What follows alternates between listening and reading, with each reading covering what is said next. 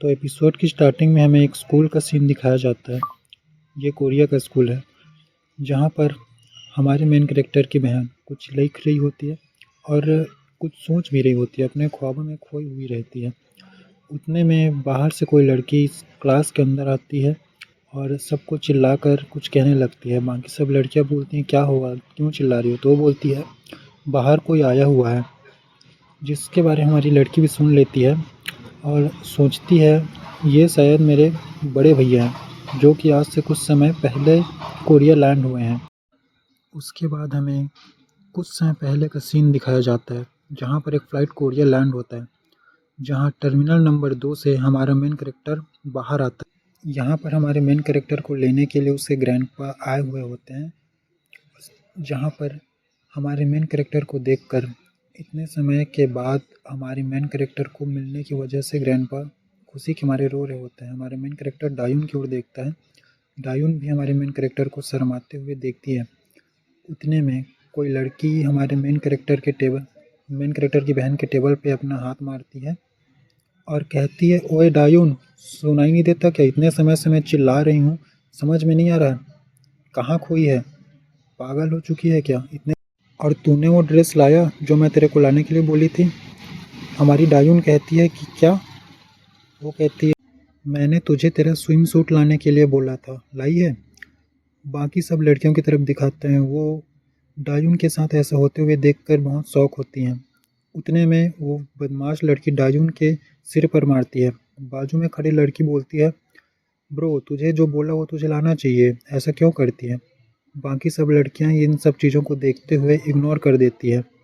हमारी डायून बेचारी वहीं पर सिसकते हुए कुछ नहीं कह पाती, बेचारी चुपचाप बैठे रहती। उसके बाद हमारा सीन शिफ्ट होता है और हमें हमारे मेन कैरेक्टर की ओर दिखाया जाता है, जहाँ पर टीचर सारे स्टूडेंट्स को हमारे मेन कैरेक्टर के बारे में बता रही होती है। सारी लड़कियाँ हमारे मेन कैरेक्टर को देखकर ब्लश कर रही होती है और शर्मा रही होती है। उतने में हमें एक पीले बालों वाले लड़के को दिखाया जाता है, जो कि हमारे मेन कैरेक्टर की ओर घूर के देख रहा होता है। टीचर हमारे मेन कैरेक्टर को बोलती है, उस लाल बाल वाले लड़के के पीछे जाकर बैठ जाओ। वो लाल बाल वाला लड़का भी हमारे मेन कैरेक्टर को देखकर कुछ खास पसंद नहीं कर रहा होता। उससे भी मन ही मन पता नहीं क्यों सारे लोग इसी की क्यों तारीफ़ कर रहे हैं, ऐसा सोचकर गुस्सा आ रहा होता है। तभी वो पीले बालों वाला लड़का हमारे लाल बाल वाले लड़के को कुछ इशारा करता है। पीले बालों वाला लड़का स्माइल करता है और अपनी टांगों को हमारे मेन कैरेक्टर के रास्ते में अड़ाने की कोशिश करता है। हमारा मेन कैरेक्टर उसके टांगों से आगे निकल जाता है। ये लाल वाला लड़का सोचता रह जाता है कि आखिर यहाँ पर हुआ क्या। हमारे मेन कैरेक्टर उतने में उसको भी एहसास होता है कि ये क्या करने की कोशिश कर रहा था। लाल बालों वाला लड़का बहुत गुस्से में आ जाता है कि ऐसा इसने क्यों किया। उतने में हमारा मेन कैरेक्टर लाल बाल वाले लड़के की ओर घूर कर देखता है और अपने पास्ट के बारे में सोचते हुए जा रहा था कि उसे क्या कहा गया था। फिर हमें कुछ समय पहले का सीन दिखाया जाता है, जहाँ पर एक आदमी जो कि लेफ्टिनेंट है, वो कह रहा होता है कि तुम अब यहाँ से जा रहे हो, अब कोरिया में अपनी ज़िंदगी अच्छे से जीना, किसी के साथ फालतू में ना उलझने के लिए बोल रहा होता है। उतने में हमारा मेन कैरेक्टर लेफ्टिनेंट से कहता है, लेफ्टिनेंट, मैं कोई बच्चा नहीं रह गया हूँ, मुझे भी पता है कैसे रहना है और कैसे क्या करना है, तो आप मुझे इन सब बातों में ना बताइए। हमारा लेफ्टिनेंट हमारे मेन कैरेक्टर को टोकते हुए कहता है, नो नो नो, मैं तुम्हें समझा नहीं रहा हूँ, मुझे तुम्हारी चिंता नहीं है, मुझे तुम्हारे अपोनेंट की चिंता है जो कि तुमसे पंगे लेगा। फिर हमारा सीन प्रेजेंट में आता है, जहाँ पर अब भी हमारा मेन कैरेक्टर उसी लड़के को घूर घूर कर देख रहा होता है। पीछे से टीचर चिल्ला कर कहती है, ईजुन, क्या हुआ, क्या देख रहे हो, जाकर अपनी सीट में बैठ जाओ। हमारा मेन कैरेक्टर एक भोला सा स्माइल बनाता है और टीचर को कहता है, जी टीचर।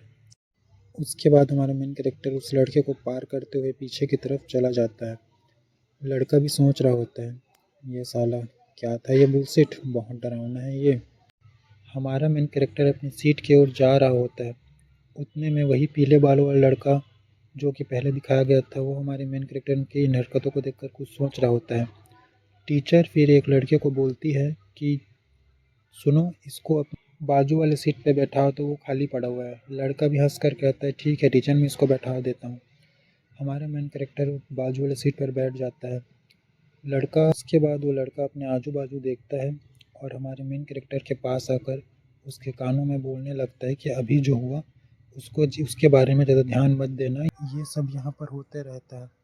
हमारा सीन फिर उसी लाल बाल वाले लड़के के पास जाता है, जो कि पीले बाल वाले लड़के के पास खड़ा होता है और कुछ बातें कर रहा होता है। हमारा मेन कैरेक्टर उनकी ओर एक नज़र घुमाकर देखता है, फिर वापस से उसी लड़के के पास जिसके पास बैठा है उससे बात करने लग जाता है।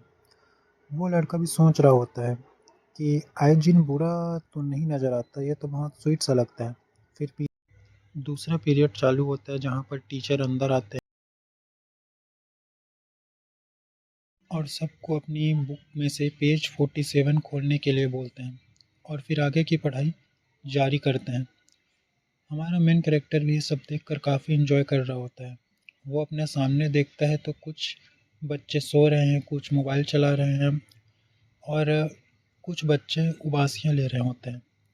उसके बाद हमारा मेन कैरेक्टर अपनी दाईं ओर देखता है, जहाँ पर देखकर मुस्कुरा रहा होता है कि वो लड़का जो भी उसके बगल में बैठा हुआ है, अपनी पढ़ाई अच्छे से कर रहा है और टीचर जो बोले उस पर ध्यान दे रहा है।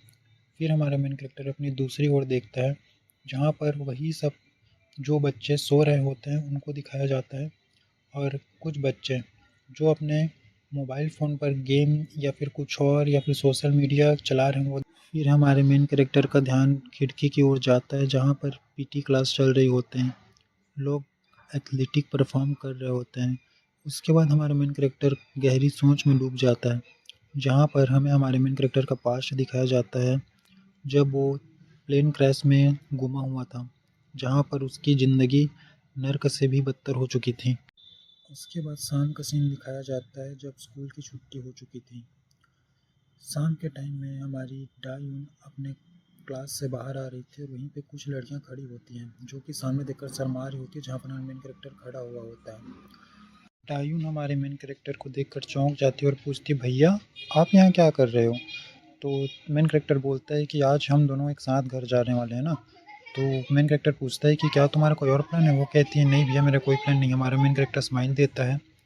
उसके बाद डायून भी एक प्यारी सी स्माइल देती है और हमारा मेन कैरेक्टर और उसकी बहन डायून दोनों के दोनों घर जाने के लिए पैदल निकल पड़ते हैं। दोनों के बीच सिचुएशन बड़ा ऑकवर्ड सा होता है, क्योंकि आज से पहले डायून भी नहीं और हमारा मेन कैरेक्टर भी किसी के साथ कहीं नहीं घूमने के लिए गया।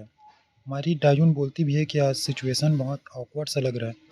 मेन कैरेक्टर बोलता है कि हाँ सही बोल रही हो, बट मुझे ये अच्छा लग रहा है। तो डायून बोलती है, ऐसा क्यों? तो मेन कैरेक्टर के बारे में डायून पहले सोचती कि हाँ ये बहुत समय तक बाहर रहे हैं, उनको इन सब चीज़ों के बारे में पता नहीं होगा कि कैसा लगता है फैमिली के साथ रहना।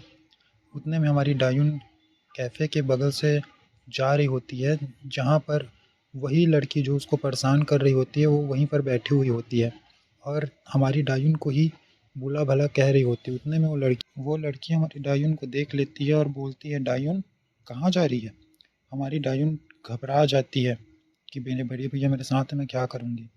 वो लड़की बोलती है कि ओए सुनाई नहीं देता, मैं कुछ बोल रही हूँ, इधर देख। फिर बगल वाला लड़का बोलता है, अच्छा तो ये वही लड़की है? वो कहती है हाँ ये वही डायून है। हमारी डायून भी उसकी ओर देखती है और बोलती है, हाँ क्या हुआ? लड़की का ध्यान हमारे मेन कैरेक्टर की ओर जाता है। वो पूछती है, ये कौन है तुम्हारा बॉयफ्रेंड? डायून बोलती है कि नहीं ये नहीं मेरे बॉयफ्रेंड नहीं, मेरे भैया हैं। मेन कैरेक्टर पूछता है, ये कौन है तुम्हारी क्लासमेट? तो ये लड़की बदमाश लड़की बोलती है कि हाँ हाँ बता, क्या मैं तुम्हारी फ्रेंड हूँ? तो डायून घबरा जाती है और चुपचाप पड़ जाती है। तो गाइस आज का चैप्टर यहीं तक था। तो आज के लिए बस इतना ही। अब मिलते हैं अगले वीडियो।